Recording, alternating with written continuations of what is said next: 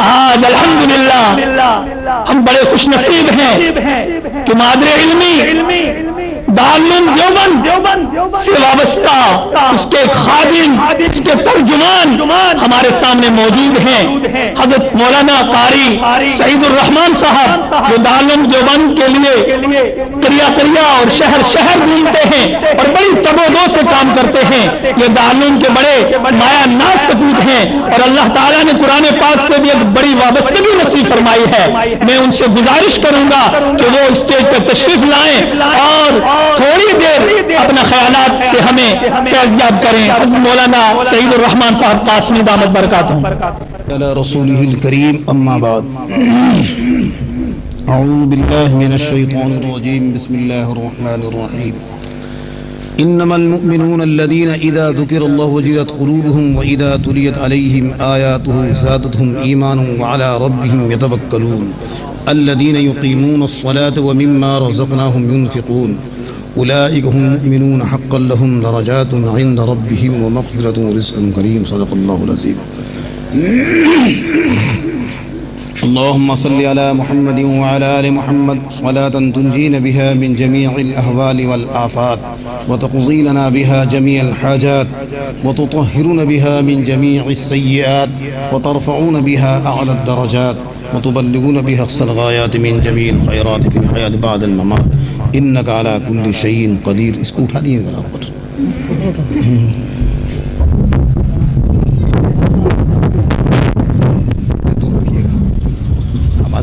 اسی بات میں 1 سال انتظار کرنے کے بعد وہ گھڑی ہمارے سامنے آ گئی ہے جس کے لیے آج آپ یہاں جلوہ افروز ہوئے ہیں۔ اللہ کا بہت بڑا کرم ہے، جب آدمی کوئی دینی دعوت میں یا دینی اجتماعات میں جاتا ہے تو اللہ تبارک و تعالیٰ اس کے لیے باران رحمت سے اپنی سکینہ کو اتارتا ہے۔ دیکھیے اللہ کا بہت بڑا کرم ہے کہ کتنے ہمارے ایمان والے بھائی ایسے بھی ہیں جو اپنے گھروں کو چھوڑ کر نہیں آ سکے، اپنے گھروں میں رہ گئے۔ حالانکہ یہ سوچ کے پروگرام رکھا جاتا ہے کہ اتوار کا دن ہوتا ہے تو سارے دفاتر بند ہوتے ہیں، لوگ بخوشی اپنے ہمارے اجتماعات میں آ جائیں گے، لیکن بہت سارے لوگ اس محلے کے بھی نہیں آئے۔ اگر اس حالانکہ یہ سوچ کے پروگرام رکھا جاتا ہے کہ اتوار کا دن ہوتا ہے تو سارے دفاتر بند ہوتے ہیں، لوگ بخوشی اپنے ہمارے اجتماعات میں آ جائیں گے، لیکن بہت سارے لوگ اس محلے کے بھی نہیں آئے۔ اگر اس محلے کے سارے لوگ آ جاتے شاید یہ جگہ ہماری کم پڑتی۔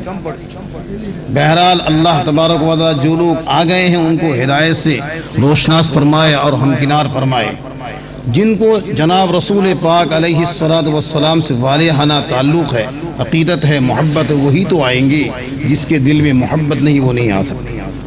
بہرحال میں آپ کے سامنے قرآن حکیم جو ہمارے دستور اساسی ہے اس میں سے میں نے 2-3 آیت کا ایک چھوٹا سا ٹکڑا میں نے پیش کیا ہے۔ اس میں مومنین سے متعلق، ہماری زندگی سے متعلق اللہ نے 5 ضابطے اور اصول بیان کیے۔ اگر یہ 5 ضابطے ہمارے زندگی میں ہوں تو ہم پکے سچے مومن ہیں، اور اگر یہ ہمارے 5 اصول ہماری زندگی میں نہیں ہے تو ہم مومن تو رہیں گے لیکن وہی ادھورا مومن رہیں گے۔ ہمیں اپنی زندگی میں اس 5 اصولوں کو لانا ضروری ہے، حتی الامکان کوشش کر کے لانا چاہیے۔ اللہ تبارک و تعالیٰ نے قرآن حکیم جو اتارا ہے ہماری رشد و ہدایت کے لیے، قرآن کریم یہ ایک زندہ جاوید ایک معجزہ ہے کہ لوگوں نے اس قرآن کریم کے بدلے میں، قرآن کریم چیلنج بھی کرتا ہے، قُلْ إِنِ اجْتَمَعَتِ الْإِنسُ وَالْجِنُّ عَلَىٰ أَن يَأْتُوا بِمِثْلِ هَٰذَا الْقُرْآنِ۔ اور کتنے زمانے گزر گئے قرآن کریم کے نظیر پیش کرنے سے عاجز رہ گئے۔ تو میرے دوستوں اور بزرگوں، یہی قرآن کریم جو لوح محفوظ سے جناب رسول پاک صلی اللہ علیہ وسلم پر اتارا گیا ہے، یہ ہماری زندگی کے اصول ہیں چند۔ اس میں 500 آیات جو ہماری زندگی سے متعلق ہے، ان میں سے میں نے آپ کے سامنے 3 آیت کو پیش کیا ہے جس میں ہماری زندگی سے متعلق، اخلاق سے متعلق 5 اصول ہے۔ اگر ان 5 اصولوں کو اپنی زندگی میں ہم داخل کریں، آپ جس کام کے لیے اس مجلس میں آئے ہیں، اس محفل میں آئے ہیں، گویا کہ اسی کا یہ خلاصہ ہے کہ اللہ رب ذوالجلال نے قرآن حکیم میں ہمارے لیے یہ 5 اصول کو مرتب فرمائے۔ سب سے پہلے اللہ تبارک و تعالیٰ نے ان آیات میں سے ایک ضابطہ بیان کیا ہماری زندگی کے لیے، انما المؤمنون الذین اذا ذکر اللہ وجلت قلوبهم۔ جب بھی اللہ کا ذکر ہمارے سامنے ہو، اللہ کی وحدانیت کا ذکر ہمارے سامنے ہو، اللہ کی عظمت کا بیان ہمارے سامنے ہو، اللہ کی قدرت کے کرشمے ہمارے سامنے بیان کیے جائے، تو ہمارا دل اور ہمارا دماغ، ہمارا پورا جسم ہیبت خداوندی سے کانپ جانا چاہیے۔ اس کا نام ایمان ہے۔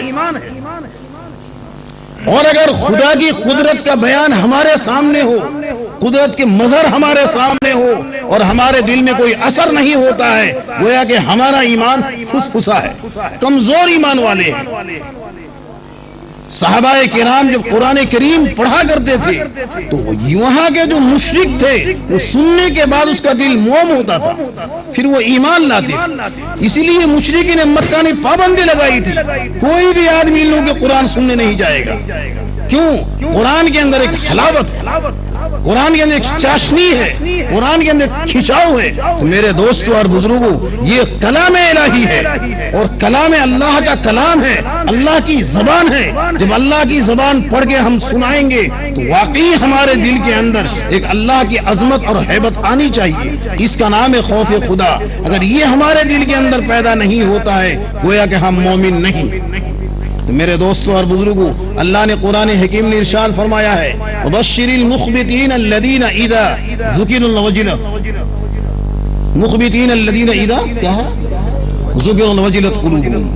بہرحال اللہ تبارک و تعالیٰ نے قرآن حکیم کو جو اتارا ہے ان متواضع اور نرم دل مومن کے لیے، جس کے اندر ایمان کی چاشنی ہے، ایمان کی حلاوت ہے دل کے اندر، تو اللہ تبارک و تعالیٰ اس کے لیے قرآن کریم میں یہ فرمایا ہے کہ وہ اس کا دل نرم ہوتا ہے اور متواضع، اس کے اندر عاجزی کہتے ہیں وہ تواضع ہوتا ہے، جس سے وہ دنیا کی جب اللہ کا بھی ذکر ان کے سامنے ہوتا ہے ایک دم وہ خدا کی طرف متوجہ ہوتا ہے۔ میرے دوستوں اور بزرگوں، سعید انور ایک آدمی ہے جس کو آپ جانتے ہیں، کرکٹر ہے، دنیا کا سب سے بڑا آدمی۔ جب وہ تبلیغ سے وابستہ ہوئے اور طارق جمیل صاحب کے بعد تشریف لے گئے، انہوں نے کہا کہ دیکھیے میرے پاس بے شمار دولت ہے، میری شہرت پوری دنیا میں ہے، اور کیا کہتے ہیں کہ یہ 2 چیز کے لیے آدمی مرتا ہے، اور تیسری چیز کیا ہے کہ میرے پاس دولت بھی بہت ہے، شہرت بھی ہے اور عزت بھی ہماری بہت ہے، لیکن میرے دل کے اندر چین سکون نہیں ہے۔ تو میرے دوست اور بزرگوں، طارق جمیل صاحب، قاری طارق جمیل صاحب جو تبلیغ کے امیر ہیں، ذمہ دار ہیں، اللہ نے بہت کچھ نوازا ہے، ان کے بیان میں اہل عرب جھک جاتے ہیں۔ اللہ نے اس کی زبان میں ایسا ایک اثر عطا فرمایا ہے کہ جب وہ کوئی کسی موضوع پہ اٹھا کے بات کرتے ہیں تو پوری کائنات ان کی طرف جھک جاتی ہے۔ تو میرے دوستوں اور بزرگوں، اللہ تبارک و تعالیٰ نے کچھ لوگوں میں اس امت میں پیدا بھی کیا ہے کہ بعض لوگوں کا بیان بھی ایک جادو ہوتا ہے۔ دیکھیے اللہ تبارک و تعالیٰ اسی امت میں سے اس کو چھاٹا ہے، کوئی اللہ نے اس کو الگ سے پیدا نہیں کیا ہے، انہی آدمی سے چھاٹ کر کے ہمارے رشد و ہدایت کے لیے پورے عالم کے لیے ان کو پھیلا دیا ہے۔ تو میرے دوستوں اور بزرگوں، مجھے کہنا یہی ہے کہ اللہ سید انور نے یہ کہا اور ان کو اپنے ساتھ رکھا، جب وہ اس دینی ماحول میں رہے اور ذکر سے ان کی زبان تربتر ہوئے تو اللہ نے اس کے اندر وہ سکون عطا فرمایا۔ اسی لیے قرآن کریم میں ہے الا بذکر تطمئن القلوب، جب آدمی اللہ کا ذکر کرتا ہے تو اس کے دل کے اندر اللہ سکینہ نازل فرماتا ہے، والا بن کر وہاں سے وہ اسکول میں جاتے ہیں۔ تو میرے دوستوں اور بزرگوں، ایک ماں نے بچے کو قرآن کی ایسی تعلیم دی جس کی وجہ سے پوری فیملی ایمان میں داخل ہوتی ہے۔ آج ہم مسلمان ہیں، ہم کو دیکھ کے دنیا تھوکتی ہے۔ وجہ کیا ہے کہ آج ہم اسلام کے اوپر ہمارا کوئی وہ نہیں ہے. اس لیے ہم اسلام سے بہت دور ہو گئے, علم نبوت سے ہم بہت دور ہو گئے. میرے دوستوں اور بزرگوں, اللہ کا بہت بڑا کرم ہے کہ اس گئے گزرے زمانے میں بھی اللہ ان علماء کرام نے جگہ جگہ پہ مدرسے کھول رکھے ہیں تاکہ لوگ آئیں اور دین کی تعلیم کو حاصل کریں, قرآن حکیم کی حقانیت کو سمجھے, قرآن کیا کہتا ہے اور قرآن کا کیا مطالبہ ہمارے سے. کب ہوگی تازگی؟ جب قرآن کریم کی عظمت ہمارے سامنے ہو. لیکن آج بچوں کو ہم ایسی تعلیم دیتے ہیں جو قرآن سے وہ کوسوں دور چلا جاتا ہے. آپ حال ہی کی بات لے لیجیے, آپ کے پورے پچھلے سال سروے دیوبند نے بڑی محنت کی. محنت کے ثمرے میں انہیں 3700 بچے اسکولوں میں سے نکال کے لائے جو عیسائیت کو قبول کر چکا تھا. 3700 بچے جو عیسائیت سے بالکل شرابور ہو چکے تھے, ایمان سے ہاتھ دھو بیٹھے تھے. پھر علماء نے کتنی جد و جہد اور کتنی محنت کی ان بچوں پر, ماں باپ کو پرواہ نہیں. تو میرے دوستو اور بزرگوں, ہم بچوں کو پیدا کر کے ہماری ذمہ داری ہے, انما اموالکم و اولادکم فتنہ. مال بھی ہمارے امتحان کے لیے اللہ نے دیا ہے, اولاد بھی ہماری امتحان ہوگا, اور کیا کہتے ہیں ہماری بیویوں میں بھی امتحان ہوگا. یہ تینوں چیز ہماری زندگی کے لیے امتحان ہے, آزمائش ہے. تو میرے دوستوں اور بزرگوں, آج اولاد پیدا کرنا بہت آسان, اس کی تربیت کرنا, اس دنیا کے فتنوں سے بچانا, یہ ہماری ذمہ داری ہے. اگر بچوں کو ہم نہیں بچاتے ہیں تو آخرت میں ہماری جواب دہی ہوگی. حضرت عمر رضی اللہ تعالیٰ عنہ کے زمانے میں ایک آدمی نے شکایت کی کہ صاحب میرے بچے میرا احترام نہیں کرتا ہے. سیدنا حضرت عمر فاروق رضی اللہ عنہ کو بڑا غصہ آیا کہ بلاؤ تمہارے بچے کو. بچے کو عدالت میں لا کے کھڑا کیا. اس بچے نے کہا کہ اے امیر المومنین, آپ خلیفۃ المسلمین ہیں, اب ہمارے حاکم ہیں. میرے 3 حقوق میرے باپ پر وابستہ تھے, ایک بھی حقوق ان میں سے ایک بھی حق ادا نہیں کیا. حضرت مولانا جس موضوع پہ گفتگو فرما رہے تھے, شاید مجھے بات یاد نہ رہے, میں ایک خاص پہلو کی طرف اشارہ کرنا چاہتا ہوں. آئے دن آپ پیپر میں پڑھتے ہیں کہ گورنمنٹ کی طرف سے مدارس دینیہ کو اتنے لاکھ اور اتنے کروڑ روپے دیے جا چکے ہیں. آپ کو میں اس بات کا ترجمان بنا کر بھیجتا ہوں کہ دارالعلوم دیوبند سے وابستہ جتنے بھی ادارے ہیں ان میں سے کوئی بھی مدرسہ کسی سے تعاون نہیں لیتا. اگر وہ دین پڑھتا اور پڑھاتا ہے تو قوم کے غریبوں کے چندے پہ اس کو چلاتا ہے. دارالعلوم دیوبند کا یہ منشور ہے کہ قوم کے حلال مال کے اوپر ان اداروں کو چلایا جائے. دراصل اس کی وجہ کیا ہے؟ اس کی وجہ یہ ہے کہ عوام کا رابطہ علماء سے کاٹنا, عوام کا رابطہ مدارس سے کاٹنا مقصود ہے. کوئی اس کو ثابت نہیں کر سکتا کہ ہمارے کسی ادارے نے 1 بھی روپیہ لیا ہو. ہم نے سارے گزشتہ پریس کانفرنس میں بھی اس بات کو بتایا, اور یہی نہیں کہ لیا نہیں, ہم لیں گے بھی نہیں. محترم حضرات, مدارس سے محبت پیدا کریں. جیسے کہ مولانا نے فرمایا, میں ایک بات کہہ کر حضرت مولانا کو دعوت دوں گا. حضرت مولانا سجاد صاحب ندوی دامت برکاتہم نے ایک عجیب واقعہ سنایا. کہا میرے طالب علمی دور تھا, میرا گھر تقریباً 2 کلومیٹر ندوہ العلماء سے دور تھا.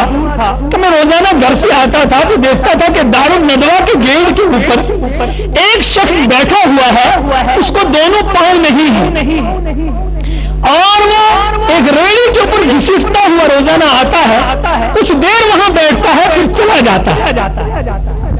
کہتے ہیں یہ واقعہ میں نے گھر جا کے اپنی امی جان کو سنایا کہ امی جان, ایک کوئی سائل ہے روزانہ دارالعلوم کے دروازے پہ آ کے بیٹھتا ہے, پھر چلا جاتا ہے, نہ کسی سے کوئی تقاضا کرتا ہے نہ مانگتا ہے.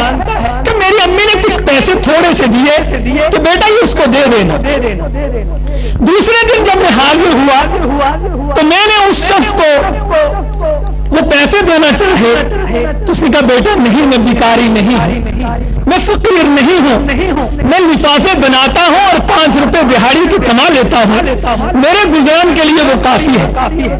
تو میں نے پوچھا کہ چچا جان پھر آپ یہاں کیوں آتے ہیں؟ کہا بیٹا یہ ایک عجیب بات تو نے پوچھ لی ہے، میرے پاس اتنا سرمایہ نہیں ہے کہ میں دارالعلوم کا کوئی تعاون کر سکوں، میں اپنے ان لفافوں کے کاموں سے فارغ ہو کر روزانہ دارالعلوم کے گیٹ پر گھسیٹتا ہوا آتا ہوں اور ان علماء کو، ان طلباء کو محبت بری نگاہ سے دیکھتا ہوں اور دعا کرتا ہوں کہ یا اللہ ان کے ساتھ میرا حشر قیامت کے دن فرمانا، اور پھر واپس چلا جاتا ہوں۔ کہتے ہیں یہ بات میں نے جا کر حضرت مولانا علی میاں ندوی رحمۃ اللہ علیہ کو سنائی تو حضرت نے کہا کہ اس شخص کو بلا لاؤ، تمام طلباء کو اس کے ساتھ مصافحہ کرایا اور اس سے دعا کرائی۔ میرے محترم بزرگوں اور دوستوں، ان دینی اداروں سے محبت رکھنا خیر سے خالی نہیں ہے۔ آپ جو آئے ہیں میں آپ کو کہنا چاہتا ہوں آپ کے پاس جو مال دیا ہوا ہے یہ اللہ کی امانت ہے، جو صحت ہے یہ اللہ کی امانت ہے، جو زندگی ہے یہ اللہ کی امانت ہے۔ ان دینی اداروں کے لیے اپنے مال کو، اپنی صلاحیتوں کو قربان کیا کریں، آخرت میں انشاءاللہ بہترین بدلہ نصیب ہوگا۔ تو میں زیادہ وقت نہ لیتے ہوئے حضرت مولانا مفتی شمس الدین صاحب جو محتمم مدرسہ اسرار الہدیٰ لاہور ایک سنگلاخ علاقہ ہے وہاں کام کر رہے ہیں، دارالعلوم دیوبند سے فارغ ہمارے نوجوان ایک عالم دین ماشاءاللہ بڑے باصلاحیت، میں ان کو دعوت دیتا ہوں کہ وہ تشریف لائیں اور اپنے خیالات سے ہمیں نوازیں۔ سیدنا محمد وعلى آل سیدنا محمد واصحاب سیدنا محمد وبارک وسلم علیہم یا رب صلی وسلم دائما ابدا علی حبیبک خیر الخلق کلہم۔ سامعین اکرام، اللہ تعالیٰ کا شکر ہے خدا نے ہمیں اس دینی مجلس میں جمع ہونے کا موقع عطا فرمایا۔ اللہ تعالیٰ ہمیں بار بار یہ موقع نصیب کرے۔ آج کے دن میں کئی مجلسیں ہو رہی ہوں گی، بہت ساری مجلسیں ایسی بھی ہوں گی جن کے بارے میں اللہ تعالیٰ کے طرف سے کوئی خیر کا وعدہ نہیں ہے، لیکن یہ مجلس ایسی ہے جس کے بارے میں اللہ کی جانب سے خیر ہی خیر کے وعدے ہیں۔ اللہ تعالیٰ ہمیں وہ وعدے نصیب فرمائے، اللہ تعالیٰ اپنی محبت بھی نصیب فرمائے، رسول پاک صلی اللہ علیہ وسلم کی محبت نصیب فرمائے۔ جب دل میں رسول پاک صلی اللہ علیہ وسلم کی محبت آ جائے گی تو اس کا اظہار زبان سے اور جسم سے بھی ہوگا ضرور انشاءاللہ۔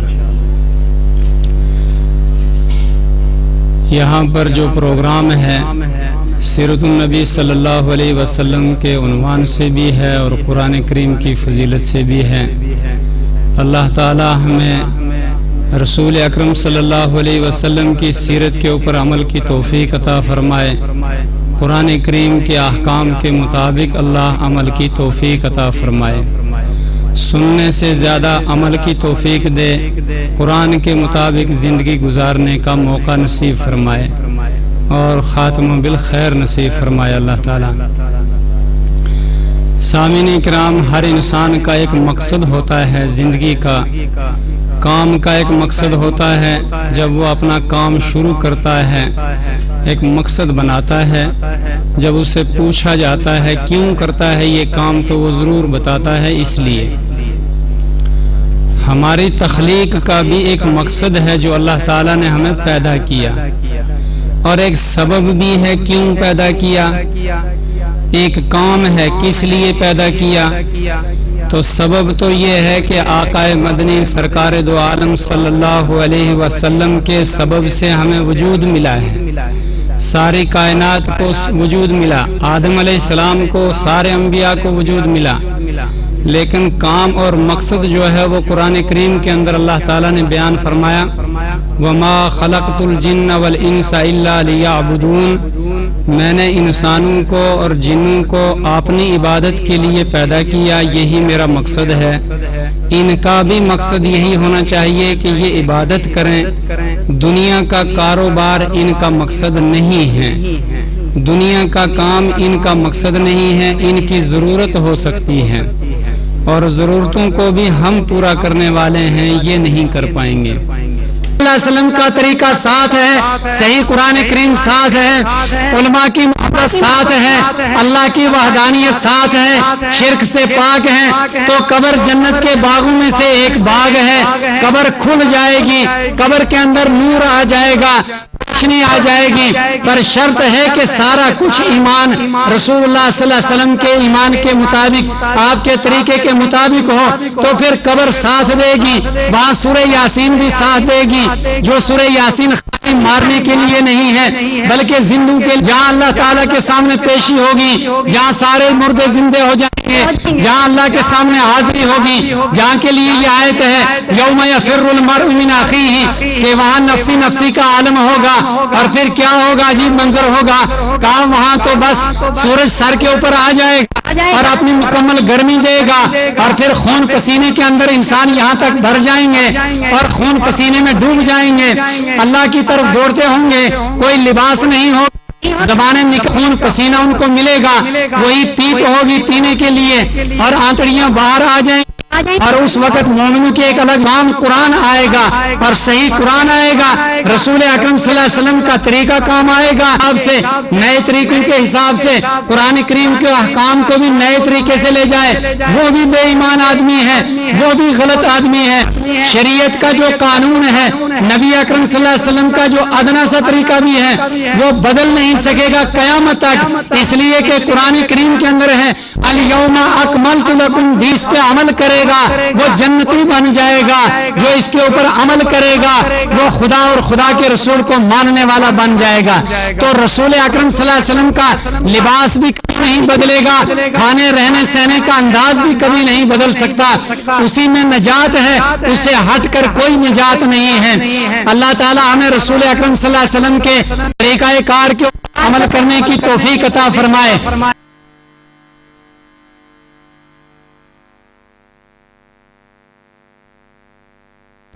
اللہ تعالیٰ عمل کی توفیق عنایت فرمائے۔